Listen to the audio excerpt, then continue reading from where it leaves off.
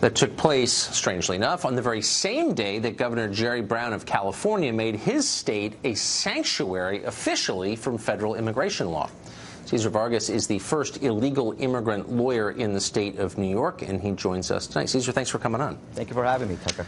So this makes, I got to say, I think normal people a lot less sympathetic to so-called dreamers. The idea that you're in a country illegally and you're standing in the middle of an intersection preventing citizens from getting to work. You're making basically violent demands in public when you're not even a citizen. I mean, do you see why maybe this is a counterproductive strategy and kind of offensive?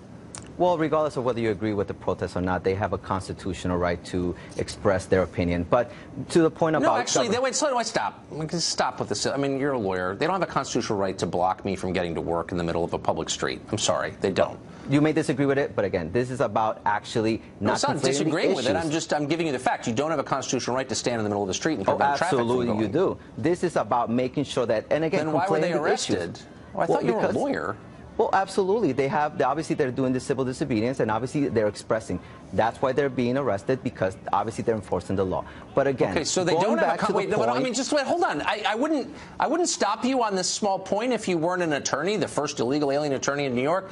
But just to be clear, you don't have a constitutional right to block traffic. You have a constitutional right as a citizen to express your views. It's protected by the First Amendment, thank God. But you don't have a constitutional right to get in people's way on a public street, period. So I guess my question is, if I tried this in Mexico or Venezuela, Honduras, Nicaragua, China, name a country, that would be insane. If I showed up in someone else's country and said, I have a right to influence your political system, they say, you're not even a citizen. Buzz off. I'm blocking traffic now until you pay attention to me. Like, no one would put up with that except us, right? Well, Tucker, regardless of whether you agree with it or not, they have a constitutional right to express their freedom to speak any opinion, and obviously they're engaged in civil disobedience, and at the end, they're getting arrested. And regardless, the Constitution protects them whether or not they have immigration status. So let's stick to the point on this. Look, it doesn't protect their right to keep me from getting to work or getting home to see my kids. It's annoying, it's illegal, it's indefensible, probably not worth you defending it. But look, again, by definition, non-citizens do not have a right to influence our legislative system. Only citizens have that right. That's the difference between a citizen and a non-citizen, and you're trying to erase it. And you can see why American citizens might resent that, can't you? Well, you're wrong, Tucker. U.S. citizens have the right to vote. Absolutely, they have the right to actually cast a ballot.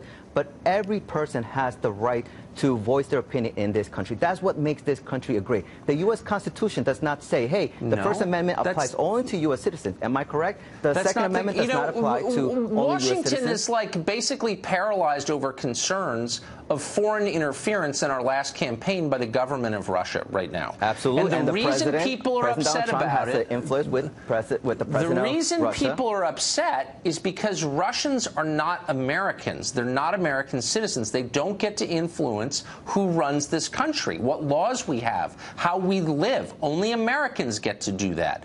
Why is this different? I don't understand. Well, on one hand, we had the Russian government colluding with many of the Trump administration and campaign. That's one story. And on this hand, we have young people. We have people who are expressing their views on a specific issue for certain rights. And that is what we need to have at hand. But why isn't Russia doing the same thing? You just have, look, Russians have a First Amendment right, according to you, I guess, to block my way home after work. But well, they don't have a right to block on the way home. That's why this protester got arrested. Right, and I think, but they do have the right thank you for finally admitting that. No, but look, the point is the same.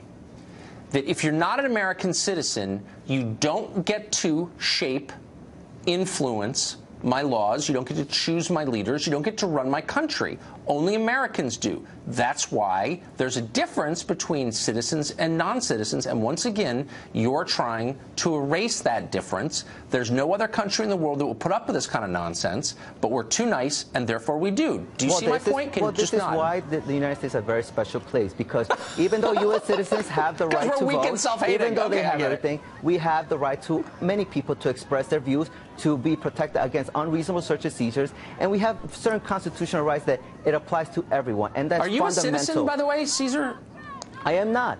but I do hold the Constitution that applies to everyone. So when you say we, it's not really we. You're not a citizen of this country. I am an American. You seem like That's a nice guy and everything. Story. No, but you're not an American. I mean, there's a legal definition here. I'm not attacking you personally. What is the legal definition for being an American? The legal definition is citizenship. That's what the definition is. It's really simple. No, absolutely. Are you a citizen? Can you vote in our elections, or can't you? I cannot vote in the elections, but I can voice my opinion as an American. And I am going to be an American pretty soon, because I'm going to continue to advocate and to represent my community and to demand, just as many Americans have demanding you're in across someone else's generation. country, and you get, again, I'm not attacking you personally. Oh, of course. I just think the but distinction we want to be is a very clear meaningful of what one. it means to be an American. Being American does not mean a piece of paper. Being American is about holding certain values, about freedom, about liberty. You actually don't hold those values. It's about believing in the rule of law, and you don't. So actually, you just invalidated your claim to Americanness as far as I'm concerned. Anyway, Cesar, thank you for joining us. Thank you so much for having me, Tucker.